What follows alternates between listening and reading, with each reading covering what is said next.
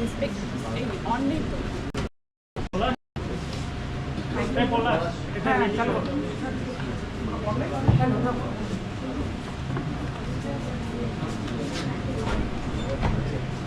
Respected principal sirs of both colleges, Kumari College and Nabagram AmarChand Kundu College, Honorable GB President of this college, Revered Speaker, esteemed scholars and participants, dear colleagues and my students, it is my profound privilege as one of the conveners of this seminar to extend a warm and heartfelt welcome to all of you to this groundbreaking two-day international seminar on nature, gender and disability.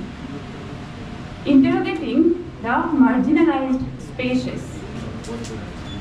It's a collaborative endeavor by the Department of English, Dhanya College and Nabagram AmarChand Kundu College in association with Peterland International Academic Publishers in hybrid mode. This seminar emerges from a simple yet urgent truth, that is, marginalization is not an accident of history, but a product of system that silences, erases, and excludes. As scholars of language, literature, and culture, we in the Department of English strive to foster dialogues that challenge societal norms and advocates for inclusivity. Our mission reflected in this seminar's theme. August presence of our revered keynote speaker, scholars, and participants is a testament to the urgency and universality of this dialogue. Marginalized spaces, whether physical, sociological, or systematic, demand urgent interrogation. And this seminar aims to simplify voices often silenced in mainstream discourses and to dismantle barriers and to reimagine inclusion. Destruction of ecosystems, the lived experiences of women, gender diverse individuals, and neurodiverse individuals, and disabled persons reveal how systematic inequities are compounded by environmental and social exclusion. The Department of English, with its commitment to critical thinking and interdisciplinary approach, is uniquely positioned to interrogate and explore these themes through multidisciplinary lenses. Let this seminar be a catalyst for change, a platform where ideas translate into actionable solutions. I hope that this seminar, which dissects narratives of marginalization, will reimagine a world which will be based on equity, empathy, and justice. Once again, I welcome all the eminent speakers, delegates, and scholars, and extend gratitude to them as their work will challenge binaries, celebrate ingenuity, and demand accountability. May the two-day-long international seminar ignite dialogues that transcend academia. Now it's time to felicitate our respected host, our principal sir, and the esteemed guest and eminent resource person. এবার আমি মঞ্চে ডেকে নেব আমাদের অধ্যক্ষ মহাশয় doctor Ajay অধিকারীকে। Sir please আপনি মঞ্চে আসুন।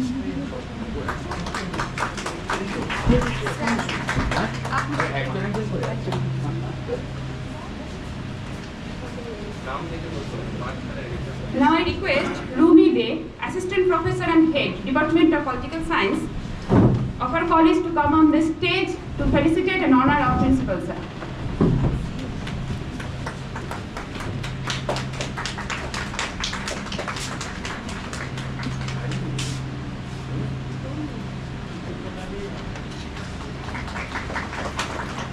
Thank you very much, sir. Thank you very much for being always with us. Thank you, Rumi.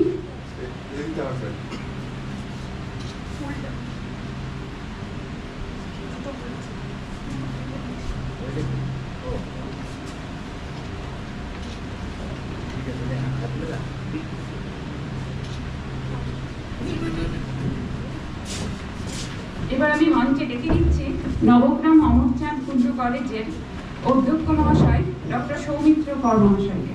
Sir please আপনি স্টেজে আসুন। I request Fatima Khatun, Faculty of Defence Studies, to honor and felicitate Principal Sir of Nabagram AmarChand Kundu College.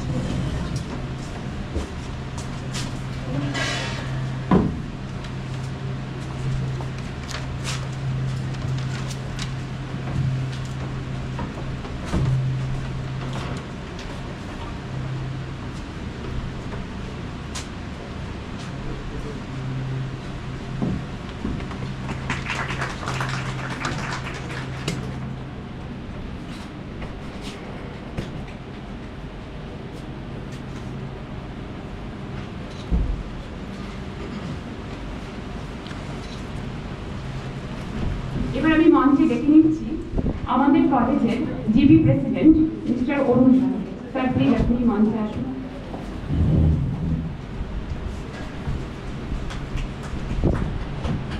I request Sushmita Rajut Das, Assistant Professor of Commerce of this college, to come on the stage to felicitate and honor our GB President.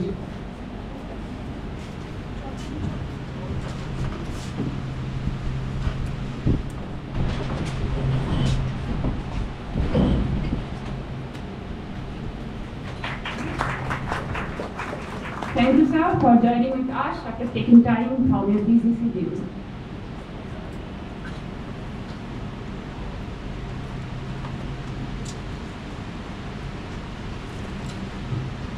Thank you, sir. Thank you, Sushmita. Now it's time to felicitate our eminent resource person, respected Dr. Moushumi Sen Bhattacharya, Associate Professor, the Sanskrit College and University. Ma'am, may I invite you to kindly join us on the stage. Thank you so much, ma'am, for your gracious presence. I'm looking forward for your valuable presentation shortly. Please take your seat, ma'am. Moushumi madam is going to be felicitated by Shagotama Singh Rai, Faculty of Political Science of Rani Kumari College.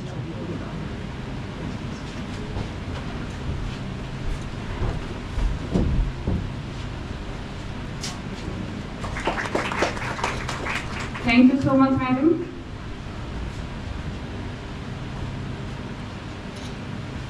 Madam, एक ले लीजिए।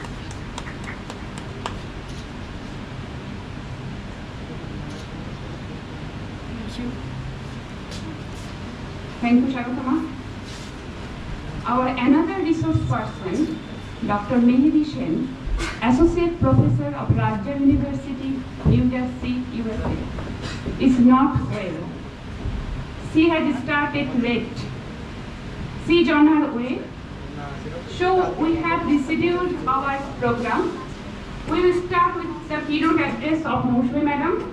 After that, we will start paper presentation, and I hope Mehdi madam will be arrived by 1 p.m. And the post-lunch session will be start with her deliberation. Now, I would like to invite Chandani Kormokar of the Department of Sociology of our college to come on the stage to regale our ears with her incredibly beautiful voice. Please, Chandani.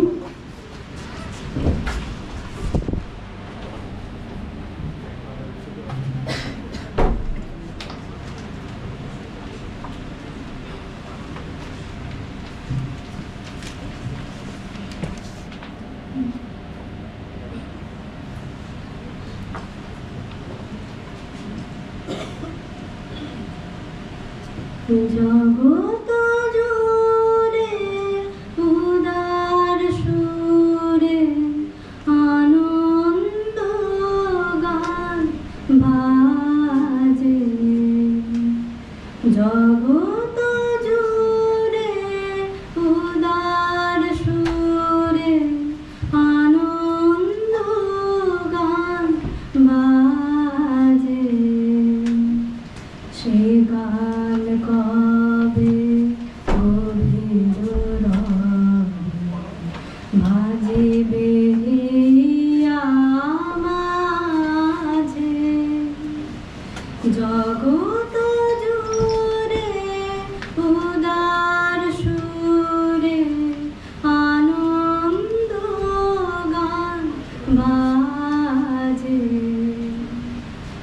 বাতাস জল আকাশ আলো সবারে কবে বাসিব ভালো বাতাস জল আকাশ আলো সবারে কবে বাসিব ভালো হৃদয় সভা জুড়িয়া তারা বসিবে নানা সাজে জগৎ জুড়ে উদার সুরে আনন্দ গান বাজে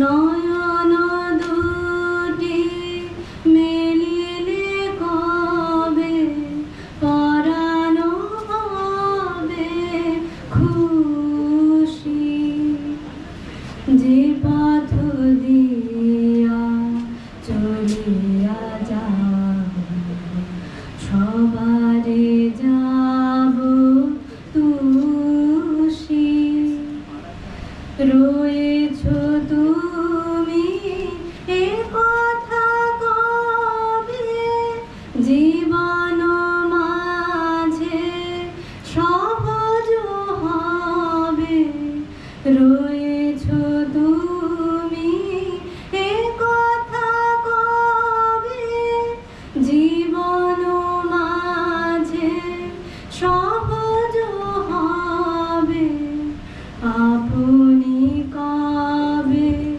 তোমারি নাম ধ্বনিবে সব কাজে জগৎ জুড়ে উদার সুরে আনন্দ গান বাজে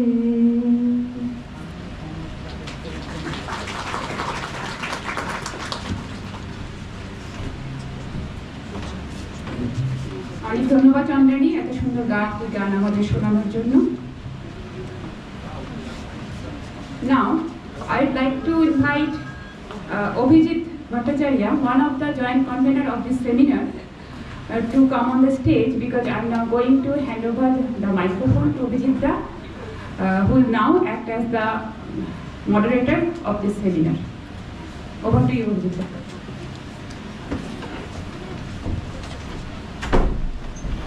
Thank you, Amrita Madam. On behalf of Nabagram, AmarChand, Kundu College and Rani Kumari College English departments, I welcome all the participants, delegates, respected resource persons and dignitaries to this two-day international seminar. So before we begin with the business session of the two-day international seminar, we have a small inaugural session where we'll request our respected principal sirs of both the colleges who have been instrumental in inspiring us to organize this program to share a few words with participants and encourage us throughout the entire program. So first request Dr. Ajoy Odhikari, Principal Sir, Rani Kumari College, Murshidabad, to give his inaugural address. Sir, please.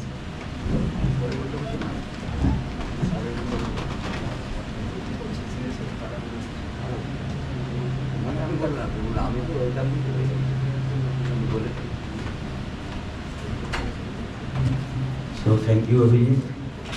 This is a rare opportunity and a privilege for me to address this inaugural session. For last 1.5 months, our department, English department and English department of AmarChand Kundu, they have jointly done this program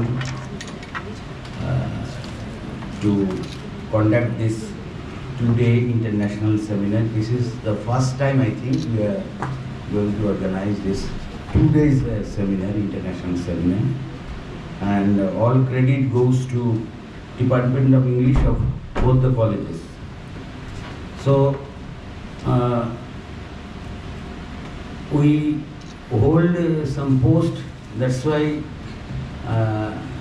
people call us and just put before the microphone that we have to say something. But this nothing is related to my subject, nothing is related to my knowledge. Only I share my views with you. Look, literature as such relates to human sentiment, human rather expressions, our responses to the society, our responses to historical understanding of our society. But often we discuss about the marginality in our society, which already prevail, and we just simply feel that there are some marginalities, and marginalities in terms of gender, marginalities in terms of disability. I could remember the novel, when I was a school student, I have gone through that novel, Good Earth by Parles Buck. The hero, name of the hero was, if I could remember, Wang Lung. And Wang Lung was a marginal farmer before the revolution of China. And after that, in the journey, author Parles Buck, she had shown that how Wang Lung, from a marginal farmer, become the big zamindar and become the part of this political power. So, but he had one daughter, disabled daughter, and her name was Poor Fool. In the whole novel, it is a big novel, I think, Wang Lung has made a long journey from a marginal farmer to a big rich man, had several marriages.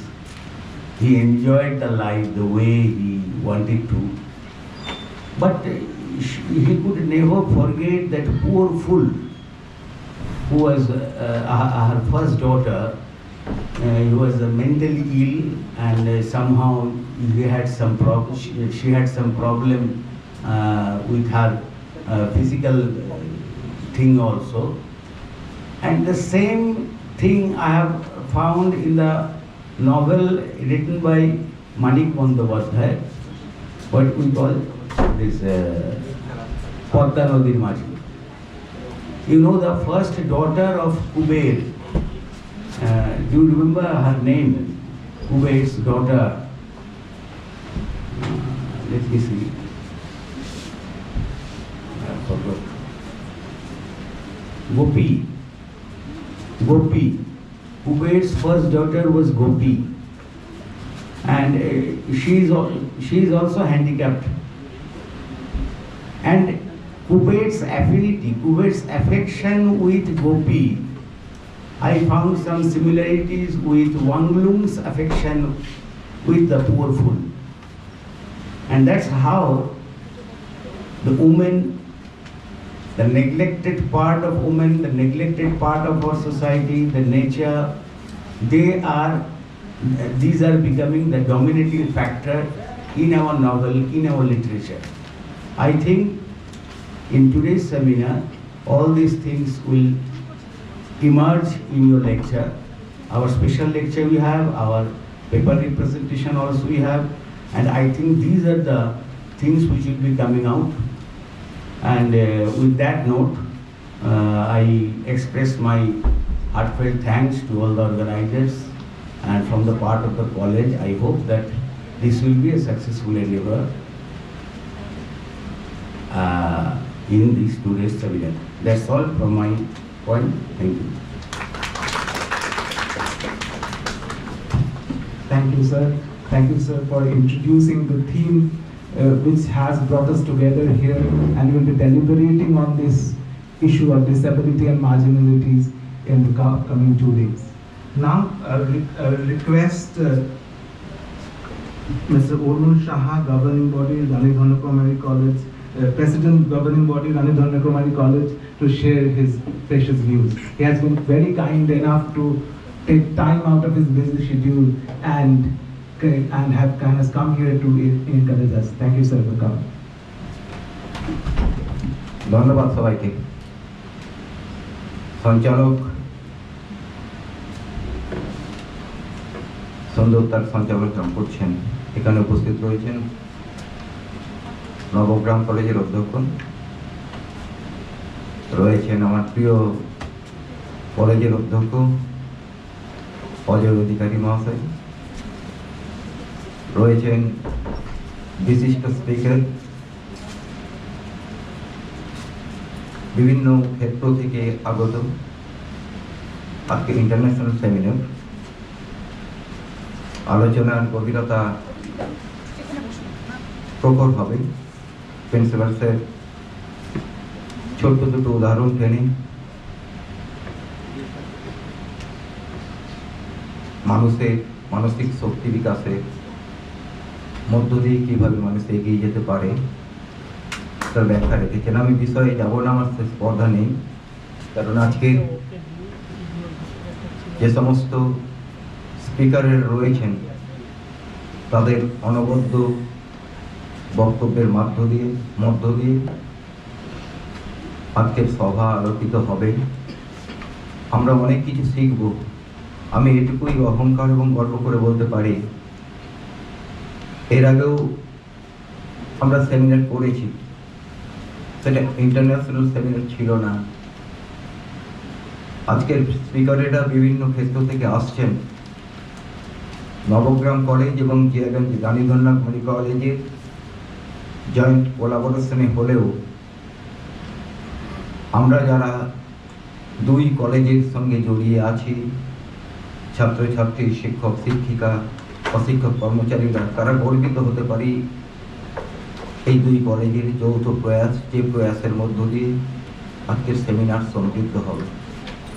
আমি বক্তব্যকে দীর্ঘায়িত করব না, কারণ বিষয়ের গভীরতা সম্পর্কে এখানে বহু বিদগ্ধ জন আছে। শুধু নিজের বক্তব্য উপস্থাপন করে আমি আমার বক্তব্যের মধ্য দিয়ে বিষয়ের গভীরতা আপনাদের বোঝাতে পারবো না, যে কারণে আমি আবার পুনরায় উপস্থিত সকলকে আন্তরিক অভিনন্দন, ধন্যবাদ জানাচ্ছি। গর্ব প্রকাশ করছি যৌথ উদ্যোগকে, নবগ্রাম কলেজ এবং ধন্যা কুমারী কলেজের যে উদ্যোগ, তাকে ধন্যবাদ জানাচ্ছি। এবং সাথে সাথে আগামী দিনে এর আগে শ্রী পশ্চিম কলেজের সঙ্গে যৌথভাবে আমরা করেছিলাম। বিভিন্ন কলেজের জয়েন্ট কোলাবোরেশনের মধ্য দিয়ে সমৃদ্ধ হোক আলোচনা সভায় উপস্থিত যারা শ্রোতা থাকেন, তারা এটুকু বলেই আপনাদের সবাইকে ধন্যবাদ জানিয়ে আমার কথা শেষ করছি। Thank you, sir. Both these colleges, this endeavor has come out of this belief that a holistic development of the academia in Murshidabad can happen only if we collaborate and work together. So thank you, Sri Orusha, and all the administrative members for helping us to come up with this collaborative project. Now I will request Dr. Soumitra Kaur, Principal, Nabagram AmarChand College, to share his views with us.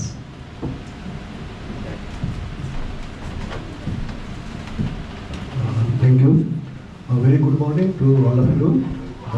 First, I would like to thank the management of the DK College, Mr. President Mr. Shah, our beloved Principal Sir Ajoyda, and all the dignitaries who are present over here. And this is actually opportunity where we have shared hand with our DK College. Now the educational landscape all over the world, and with that in India is also changing very fast. You know, now in India especially, the educational sector is a huge industry, and in that industry, like any other industry, what is happening is that the private sector is coming up with huge resources, challenges, and government or semi-government sectors like us, we are facing huge difficulty. We have limited resource, but increased responsibility.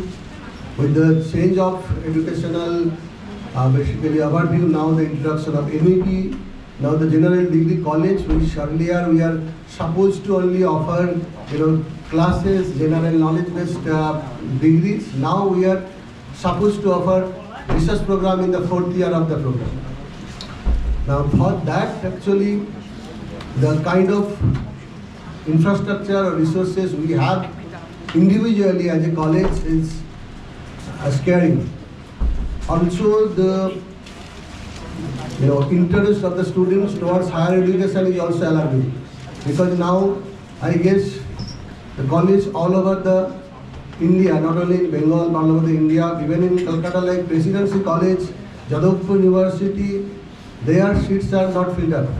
Maybe a few years back, students all over the Bengal, they used to have a dream, maybe I will get a chance in Presidency College. Now, in the Presidency College, the departments are empty. So in that situation, it's a challenge to us, because now with the introduction of multidisciplinary and concept and other thing, it will be very difficult for us. Like for my college, it's only humanities-based college. Now how can I offer a subject which is physics-based or chemistry-based, or maybe computer-based? Because NEP says we have to offer computer-based subjects. So to overcome this, actually, I was because recently, just due to NAC and other procedure, we are forced to sign MOU with colleges. But I was surprised, because even when I joined Nabagram College, even before this last 2 year, 3 year push up for NAC and other procedure, Nabagram College and RDK College used to have a long collaboration even before that. So that's why we are really thankful. Now with this kind of collaborative approach, what we can do, we can maximize our resource. Individually, we have limited resource. And if we can create a research atmosphere, that will be really helpful. Now, for this particular seminar, again, as Ajoya and Mr. Saha said, I am not a person who can comment really on the topics of this seminar. But regarding this literature and its effect, my personal view is that when I was a student, I used to believe that literature is a kind of, I have a two contradictory, a perception about that. One is joy, another is pain. Joy is like, when I was a young student, I did not have access to novels and other things. So how can I sneak through my elder sister's collection and read a novel? Because there I did not have the fear to give exams. And sorrow was or pain was that again we have to read some piece and give the exam on that. When I grew up, I understand that again, yes, literature is pain and sorrow or joy, but with a different perspective. Literature is the area which can show us the mirror. The society, entire society, we can see the mirror. And the people who practice literature, they are like, the doctors. Because, when the same medicine we give to a young kid, what they do, when the bitter medicine, they coat a sugar coating to the young child so that they can swallow it easily. And again, the same medicine, when they are giving it to the grown-up, they are giving it a bitter pill itself. So the literary people, they can give the society the sweet pill as well as the bitter pill when and wherever required. And when we can create this kind of assembly, when the people who are practicing this kind of areas, and they can assemble together, share their thoughts, the new idea, new creations are produced and generated. So I will hope that with these 2 days rigorous sessions, we will be able to create something, and that will be useful for our students and especially the young generation who are in a situation like pore ki hobe. So we hope we will be able to create an atmosphere যেখানে আমরা বলবো যা হবে পড়েই হবে। Thank you.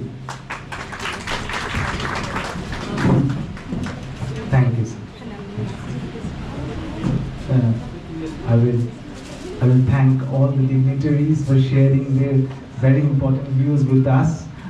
So with this, we move on to our first business session. We have among us, we're extremely pleased to have among us Dr. Moshumishen Bhattacharjee, Associate Professor, Sanskrit College and University, Kolkata. She has been very kind enough to accept our invitation and come all the way from Kolkata in this very inclement weather, and just to encourage us and share her views with us. So our first keynote lecture will be delivered by her.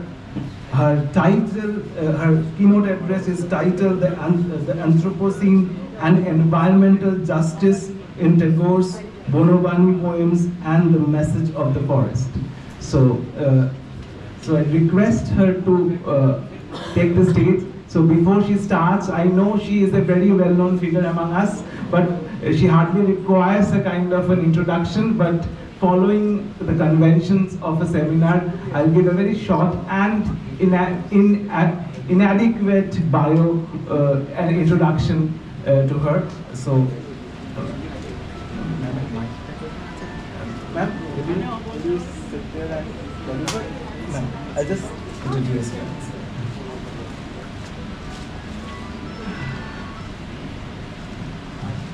Dr. Moshumishen Bhattacharjee is an associate professor and former head of the Department of English, the Sanskrit College at University, Kolkata. She has been teaching for the last 24 years. She worked at Vishwabharati University as assistant lecturer in 2000. She was formerly employed as at Bolpur College, affiliated to Bardhaman University, from November 2000 to July 2019. She completed her MPhil in 2002 on the generic lineage of 3 plays by Harold Pinter from Jadavpur University. Her doctoral dissertation on the representation of the masquerade in the novels of Eliza Haywood, Fanny Burney, and Elizabeth Inchbald got awarded in 2010 from Jadavpur University. She is a recipient of 2 UGC minor research projects in 2004 and 2018 respectively, and that were successfully, those 2 minor research projects were successfully completed. She has been widely published in both nationally and internationally, and her areas of interest include works on the films of Ritik Ghatak and Satyajit Ray, gender studies, travel writing and travelogues, studies of conflict zones and borders, partition literature, British women writings, and culture studies. So we are all eager to listen to her keynote address. Ma'am, the stage is yours, ma'am.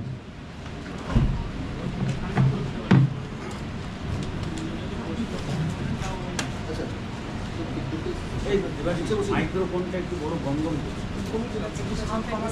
না sound না বাসটা মাইক্রোফোনের বাসটা একটু গমগম করছে বেসটা কমিয়ে হ্যাঁ হ্যাঁ না এটা দেখাবেন না কিছু দেখাবেন না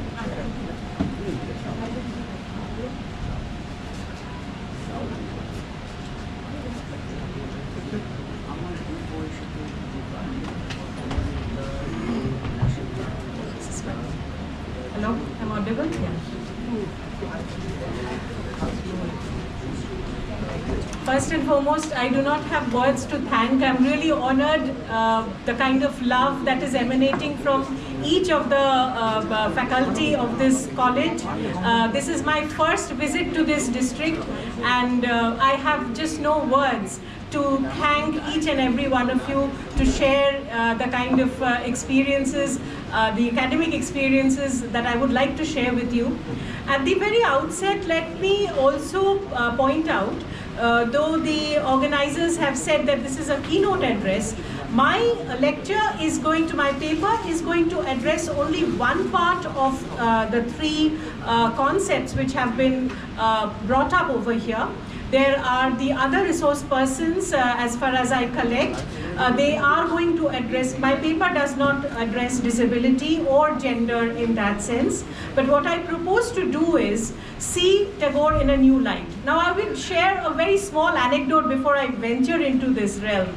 It's a part of the process of us publishing and talking again and again. Now, many of you might be asking, oh my God, why again Tagore? He died almost so many years ago and he's not relevant anymore.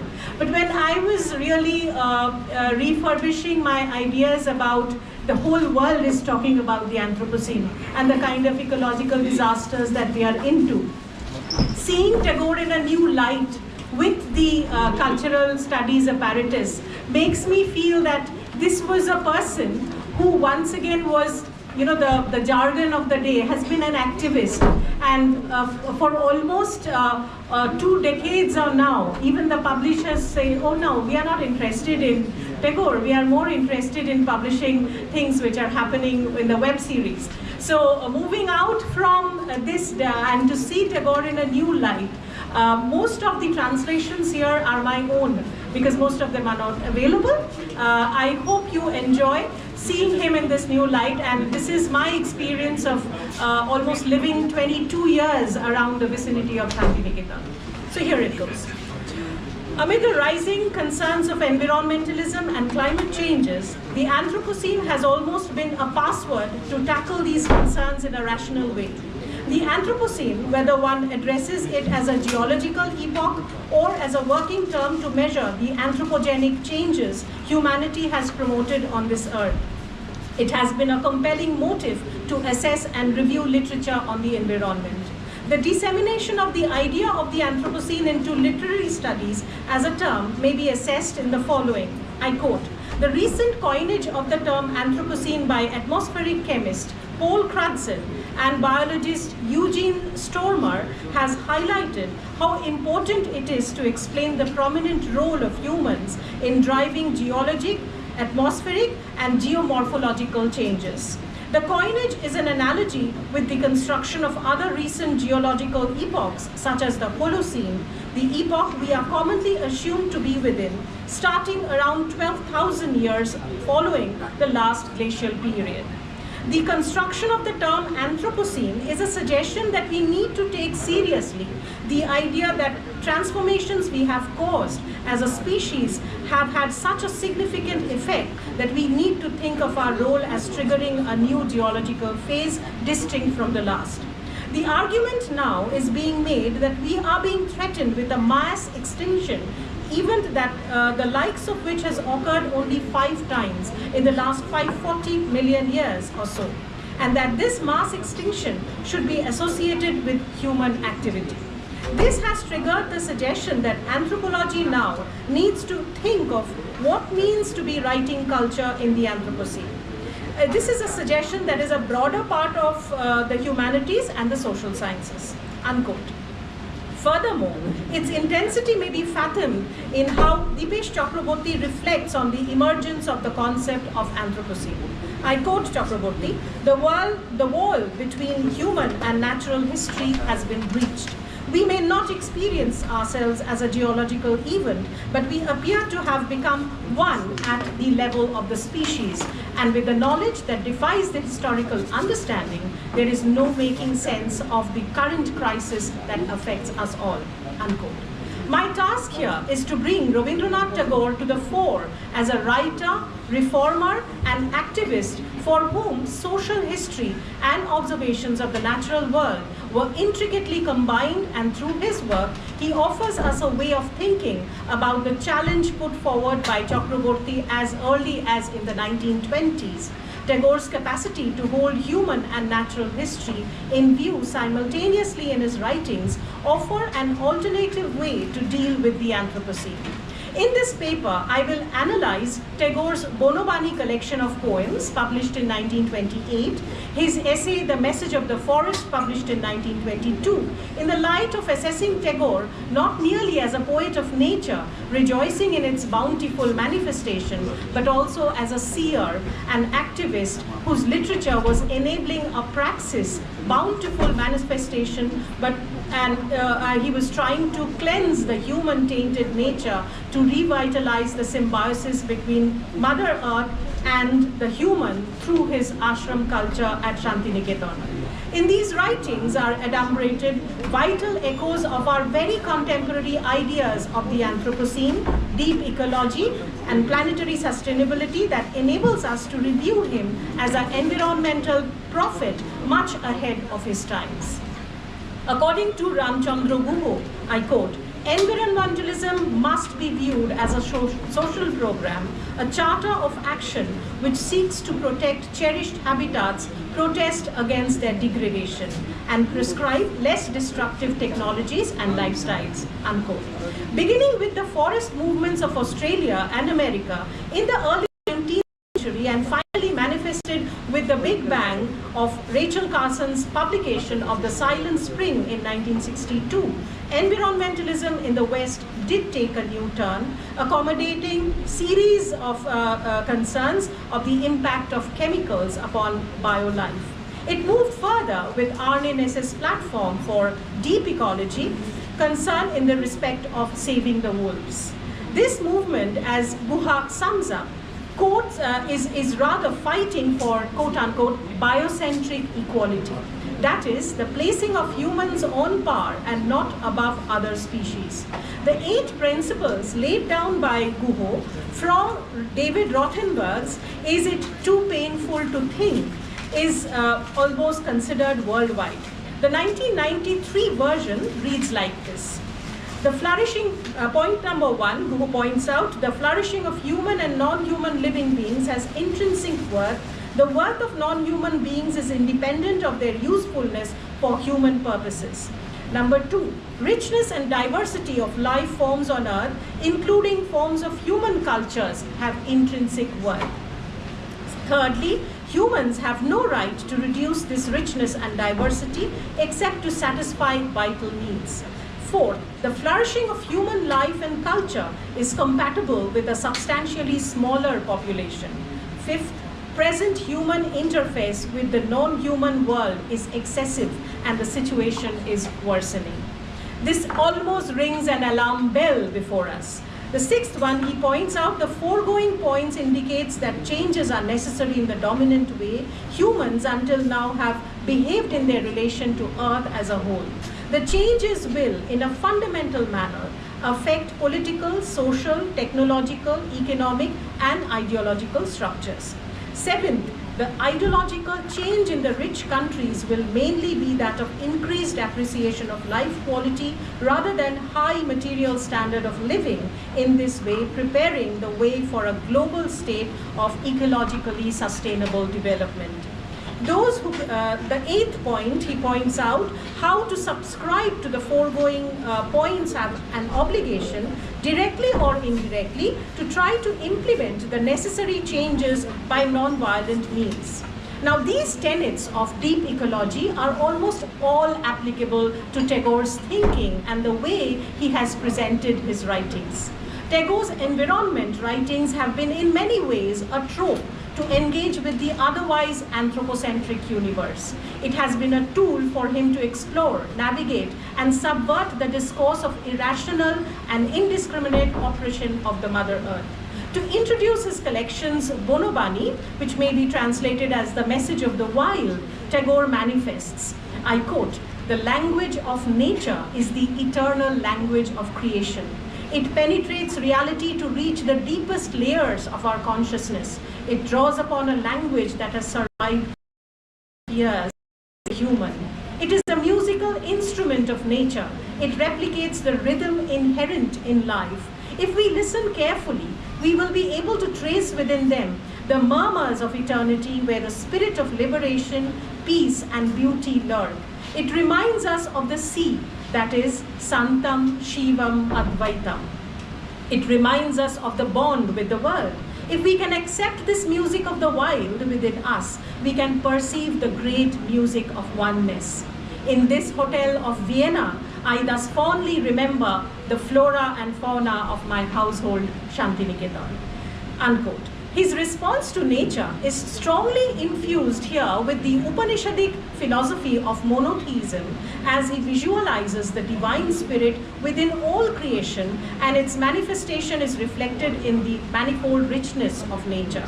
As Apurva Viswas comments, I quote, "The wide variety of nature with the changes of seasons and the dance of time permeated his poetry to a great extent.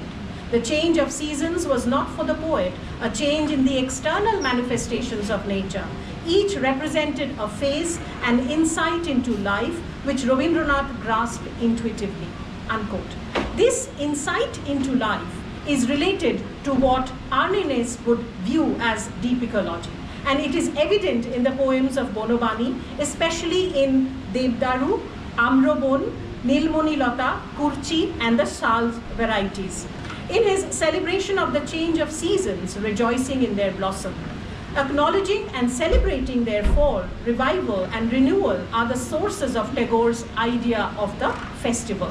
He introduces his last poem of the collection, Basantutsav, with the following introductory lines that may be considered in this context. I quote, "This year, Dol Purnima befell, crossing the Choitro in the advent of Falgun. The blossom of the mango flowers is over. No honeybees in the mango groves, the polash flowers are gone, the shimul flowers bowed adieu after bequeathing their last drops of honey for the ants. The bowers were almost empty except for the shal flowers, still shining in their inflorescence. In the dawn of the festival, the girl students of the ashram danced around the throne of nature and decked them with colors while laying garlands in the shal shades. At the advent of early dawn, when the full moon was about to take leave and the first ray of sunlight was about to emerge, then I penned this verse offering for this festival of spring," unquote. Listing each detail of the presence and the absence of seasonal flowers, their colors, participating in the celebration of seasons is characteristic of Tagore's perception of nature, and his idea of the festival is consciously secularized and segregated from the mythical fables to attune this vibrance with the seasonal cycle. Hence, Holi for Tagore and the Shantiniketan Ashramites was always Basantutsav and not the mainstream festival centering around the Hindu myths. If we investigate the last line of this poem, we also note the subtle union of the human and the non-human. I will just quote that portion where he says, "Dressed in the happiness of your aroma." So mingling with the songs of the koel, dressed in the happiness of the aroma. There was a conscious awareness of including both the human and the non-human. This offering is replenished on this holy occasion. The festival of spring, unquote, is for the poet announcing not merely a marriage for all lives from the plant to animals and human, but a complete coordination of each with the other that resuscitates and rejuvenates life on earth. The synesthetic effect created by a deliberate fudging of the tactile senses here in the poem only expedites this subtle union and its sense of the fulfillment and flourishing of both human and non-human life through the celebration of spring. In his poem, Brikhoropana Utsav, the poet deifies a tiny sapling alluring care, respect, and worship. The poem seems to pay a homage to each force of nature, and they all participate in this macrocosmic process of life-making. I will just quote the last stanza. This is a translation from Boshundhara, translated by Amrit Sen and Anindur Sarkar. "O child of nature, let the force of life fill you. Gather the blessings of light with wind to attain the sap of youth. I welcome you today with the depth of my wishes. Be our neighbor, be our friend," unquote. William Ruckert's proposal of the green plants are amongst the most creative organisms of Earth, that they are the nature poets, comes alive here. It becomes very relevant while reading the way Tagore represents their reality in the above lines.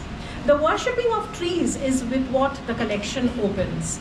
This collection of poems, Brikho Brandana, as its first poem, manifests life's triumph over all dreariness and the emergence of the tree as the redeemer hero that shares its life bonding intuitively with Mother Earth. I quote the last stanza of this poem. Your life and shade sustain me. I come forward a messenger of man.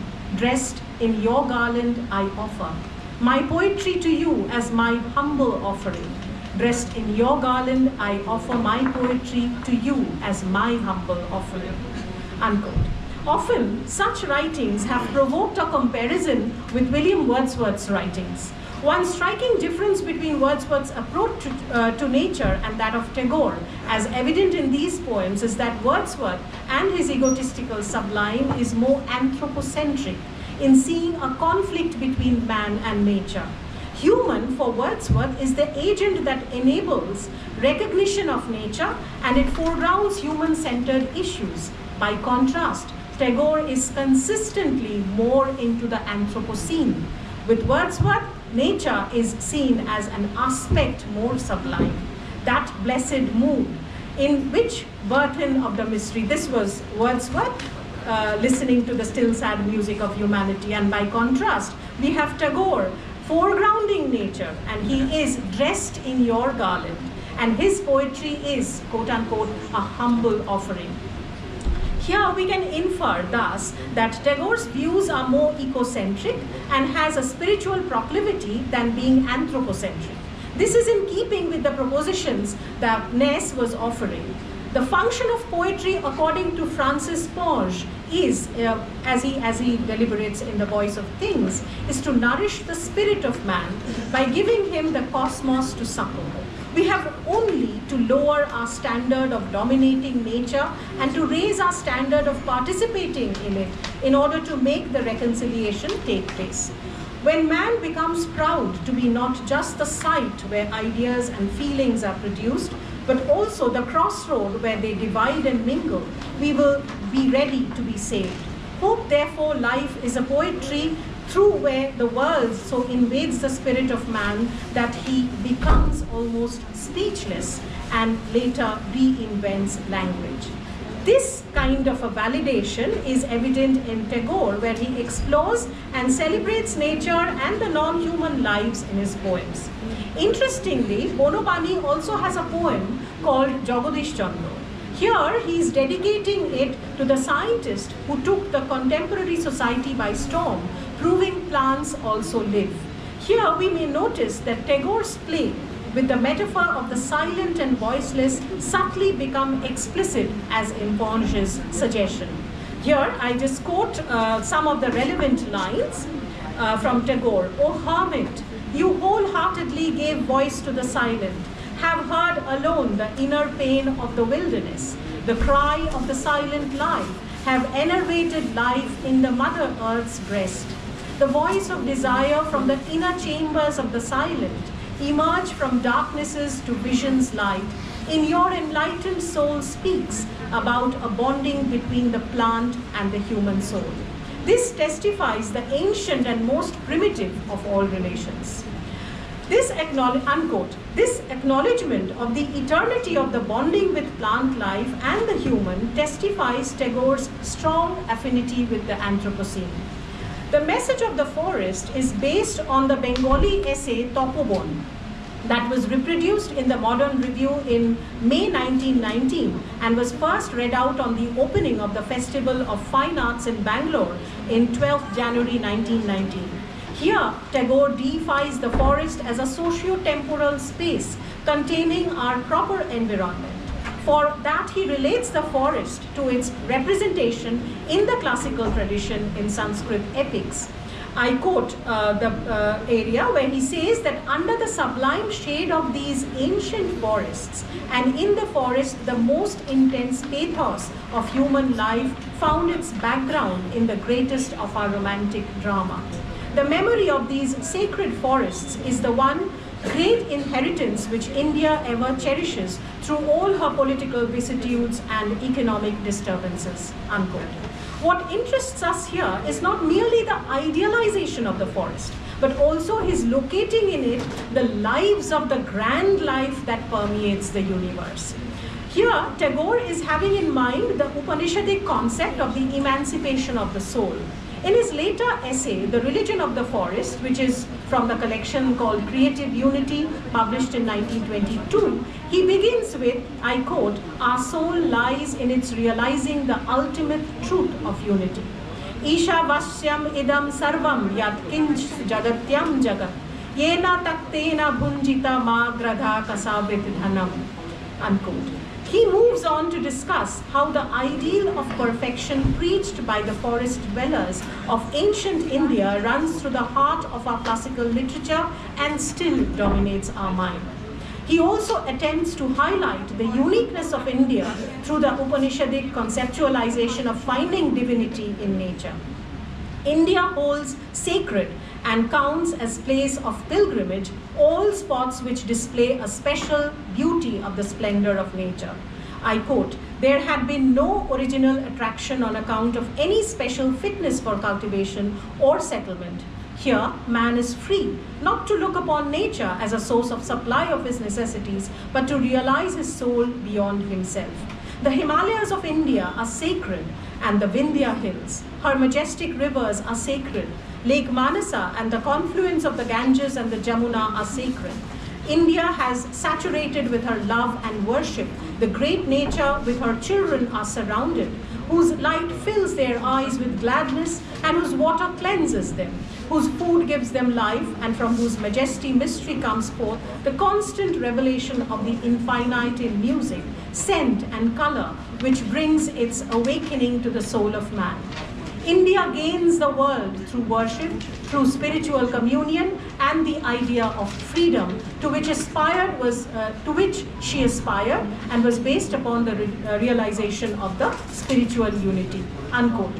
By associating the forests with spirituality, their elucidation as part of the spiritual entity is reiterated. Furthermore, India is represented to the West as the land where this unique bonding is possible. Hence, it is an emphatic post-colonial response to the West's hegemony on the politics of the Anthropocene. We have been constantly quoting the Western scholars. It is the people to contextualize eco-criticism, but this was all laden in the prose, which already Tagore was very much into the habit of culturing by 1922. And we have very politely evaded all those aspects to bring the West into the foreground. In one of his earlier poetic plays, Prakitir Pratishod, or The Ascetic, written in 1921, Tagore deals with the idea of the ascetic who renounces nature as a deterrent to a philosophical wisdom and epistemic pursuits. He says, "What pain you have given me, O demon of nature, in your trap. I had promised to revenge myself, to free from your bind." Unquote. However, he returns to a reconciliation with nature's regenerative cycle in his manifestation. I quote, "I throw away the vestige of sannyas or renunciation. I inhale the joy of living. With the great vessel of the world floats, I submit to its motion. I live with the millions who travel on it." Unquote. Here we see in the message of the forest his illustration using a metaphor of the tree while relating the human to history and reiterating its organic nature. Here we may point out how Tagore cites about the Palmyra tree which had taken his life. He says, "But like a banyan tree who spreads itself in ever new trunks and branches, this is a Palmyra tree. Man's history is organic, and deep-seated life forces work towards its growth. It is hopeless to cater to some clamorous demand of the moment by endeavoring to fashion the history of one people on the model of the other." And there was within this gamut already a critique that the West could just not be replaced by the East. And we have a very, very sound echo of it even in his entire discourse on nationalism. Here we are reminded of the analogy which we pointed at the very outset about Dipesh Chakraborty pointing out. If not a geological agent, Tagore here implores to bridge the divide and insists on the wall between human and natural history, when he refers to the deep-seated life forces working towards its growth. Anthropocene, in terms of its historical progress, received a sustained connotation in such views. But with this fine-tuned environmentalism,